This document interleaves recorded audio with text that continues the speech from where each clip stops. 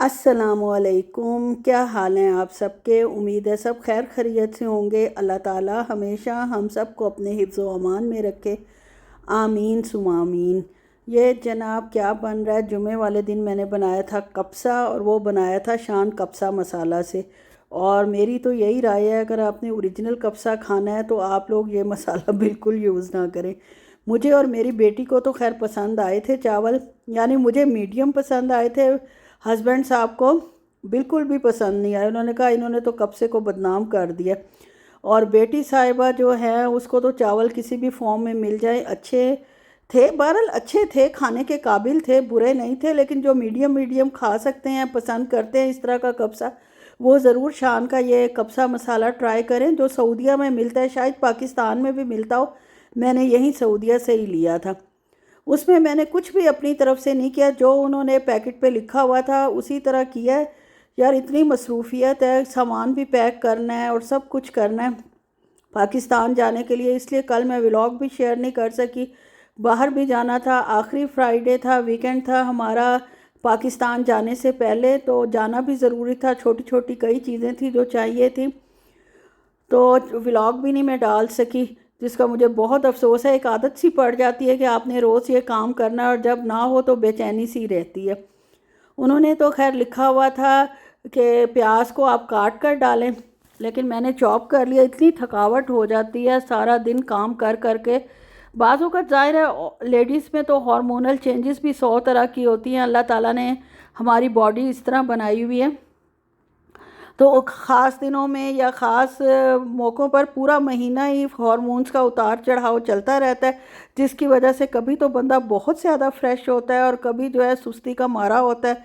लेकिन आपको पता है दोनों सूरतों में काम तो हमने करना ही है। ये मेरे पास जनाब फ्रोज़न टमाटर था, मतलब ख़राब हो रहे थे, तो मैंने फ्रीज़ कर लिए थे, उनको डीफ्रॉस्ट किया माइक्रोवेव में, और एक टमाटर को मैंने पीस लिया है। साथ ही इसमें जाएगा टमाटो पेस्ट, और साथ ही शान का कब्सा मसाला। बस जनाब यही इंग्रेडिएंट्स इसके लिए चाहिए थे, और मैंने सोचा कि बना लूँ। काफ़ी अर्सा पहले मैंने लिया था, लेकिन आपको पता है कि चीज़ लो बाज़ों का जहन से ही निकल जाता है, और बाज़ों का रिस्क लेते हुए बंदा डरता है कि पता नहीं कैसा बने कैसा ना बने। और जिनके हस्बैंड माशाल्लाह खाने के शौकीन हो, मतलब खाना अच्छा पसंद करते हो, शौकीन तो खैर क्या नॉर्मल ही खाते हैं, लेकिन जो मतलब डिफरेंट चीज़ें पसंद करते हो और अच्छा खाना खाते हो, तो मैं डर रही थी कि बनाऊं कि ना बनाऊं। इस दफ़ा फ्राइडे को तो मेरा डंडी मारने का इरादा था कि मैंने कुछ भी नहीं बनाना और बाज़ार से कब्सा ही मंगवा लूँगी। लेकिन फिर वही बात कि काम ना करो तो फिर भी बेचैनी फजूल। मैंने कहा रात को जाएंगे फिर भी बाहर खाना खाएंगे, तो बेहतर है कि बना ही लूँ। इसके ऊपर उन्होंने लिखा हुआ था पहले प्याज को बहुत हल्का ब्राउन करना है, फिर जनाब चिकन डाल देना है, उसको 1-2 मिनट ब्राउन मतलब घुमा लेना है उन प्याज़ों के अंदर, और उसके बाद जनाब आपने कब्सा मसाला डालना है, और साथ ही टोमेटो पेस्ट थोड़ी देर बाद साथ ही डाल दें या थोड़ी देर बाद डाल दें। इसको 2-4 मिनट भून के और इसमें पानी डाल देना है काफ़ी सारा। यानी मैंने तो 2 कप बनाना था, मैंने अपने हिसाब से डाला, और इनको खड़े खड़े चावल पसंद है। और इसमें चावल भी दूसरे इस्तेमाल होने थे, सेला बासमती राइस, लेकिन मैंने बनाया है इसको अपने सिंपल राइस से जो हम डेली रूटीन में खाते हैं, ताकि हैवी ना बने और लाइट बने। खैर जनाब पानी मैंने काफ़ी सारा डाल दिया, क्योंकि कब्सा में चिकन बहुत अच्छा गला हुआ होता है। और चिकन को 10 मिनट गला लिया और ढक दिया, और ढकने के बाद जनाब इसको मैंने जैसे ही इसमें बॉयल आता रहा इसको ढक दिया, और ढककर बॉईल होने के लिए छोड़ दिया। इसको अच्छे से बॉईल कर लिया है। मतलब वैसे तो 10 मिनट मैंने छोड़ा है, लेकिन फिर भी मैंने 2-4 मिनट ऊपर दे दिए थे, और जब ठंडा हो गया तो इसको फ्रिज में रख दिया। और अगले दिन फ्राइडे की दोपहर को माशाल्लाह मैंने ये जनाब निकाला है। और ढक्कन क्योंकि मैंने उल्टा करके दिया था, अगर सीधा देती तो आ नहीं रहा था, आ रहा था उसके अंदर, तो खैर ये भी काम बढ़ गया मेरा। ढक्कन गंदा हो गया, उसको साफ़ करना तो आपको पता है बहुत बड़ा काम है। बस जनाब इसको बॉईल कर लिया था मैंने सारे मटेरियल को, जो मैंने रात को तैयार किया था थर्सडे की रात को। और जनाब जैसे ही बॉईल हुआ चावल डाले, चावल डालने के बाद तकरीबन 95% जब पानी खुश्क हो गया तो इसको दम पर रख दिया हिला जुला के, क्योंकि नीचे लगने का भी ख़तरा था। इसलिए नीचे लगने का ख़तरा था कि इसमें मसाले जो थे वो मोटे मोटे थे, वो नीचे लग जाने थे। और तवा नीचे रख के 15 मिनट के लिए दम दे दिया। उसके बाद जनाब अब चीज़ें संभालने की भी बारी है, इनको फ्रीज़ करना पड़ेगा। अभी तो खैर मैंने फ्रिज में ही मिर्चें साफ़ करके रख दी हैं, अभी 2-4 दिन हैं, जितनी यूज़ हो गई, बाकी मैं इंशाल्लाह फ्रीज़र में रख जाऊंगी। और दूसरा टमाटर, 2 ही टमाटर मैंने फ्रीज़ किए थे। और अब जनाब इस कब्से के साथ जो चटनी बनती है वो ये मेरी अपनी रेसिपी है। इसमें रेसिपी क्या है, ये सेम वैसी ही बनती है जैसी बाज़ार से मिलती है, कब्से के साथ आती है। मैं थोड़ी सी हरी मिर्च ज़्यादा डाल देती हूँ इसमें। टमाटर मैंने डाला है, 7 हरी मिर्चें डाली हैं और नमक डाला है, और इसको मैं ब्लेंड कर लूँगी। उसके बाद इसमें थोड़ी सी टमाटो पेस्ट डालूँगी। हमारे घर में टमाटो पेस्ट का जायका इतना पसंद नहीं किया जाता, लेकिन बहरहाल थोड़ी सी डालूँगी ताकि कलर भी अच्छा हो जाए और थोड़ी शार्पनेस भी आ जाए। और ये हमारी जनाब कब्से के साथ चटनी तैयार है।